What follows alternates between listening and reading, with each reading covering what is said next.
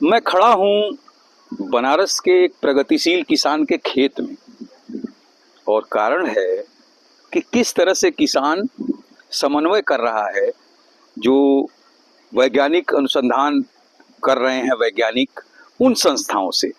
यहाँ पर यहाँ के सांसद और देश के प्रधानमंत्री के प्रयास से इरी की स्थापना हुई है, और इरी ने डायरेक्ट बीज को, राइस के बीज को खेत में डालने की एक विकसित की है बीज। और ये किसान है शार्दुल चौधरी, जिन्होंने इसका काम भी शुरू कर दिया है। शार्दुल जी, पहले तो आपको बधाई कि आपने 20 बीघे खेत में डीएसआर का प्रयोग किया है। तो ये क्या प्रोसेस है और इससे क्या लाभ होगा?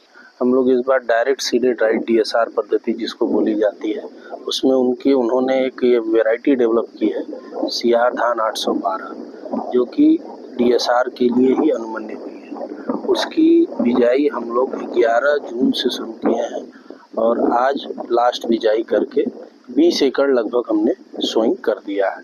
और आप जैसे देख सकते हैं कि खेतों में सिंचाई कुछ हो चुकी है और कुछ पीछे हमारे चल रही है। इसके बाद इसमें 15 दिन के उपरांत जब छोटे छोटे घास जर्मिनेशन हो जाएगा तो उसमें पहला हर्बिसाइड पड़ेगा और फिर 30 दिन के बाद दूसरा हर्बिसाइड पड़ेगा। इससे क्या होगा कि जो पोस्ट इमरजेंस और प्री इमरजेंस वीड होते हैं वो खत्म हो जाएंगे। और लागत की जहाँ तक हम बात करते हैं तो हम लोगों ने जो कैलकुलेशन किया है वो 7 से 8 हज़ार रुपये पर बीघे बचत होनी है अगर डीएसआर सक्सेस हो गया तो।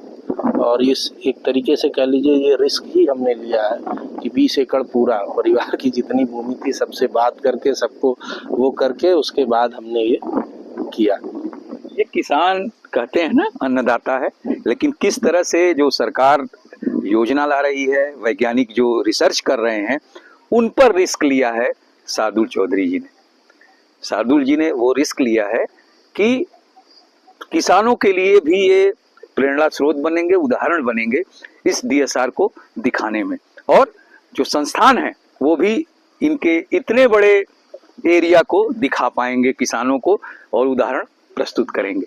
Doctor Harikesh Bahadur Singh Gautam, DD news, Varanasi.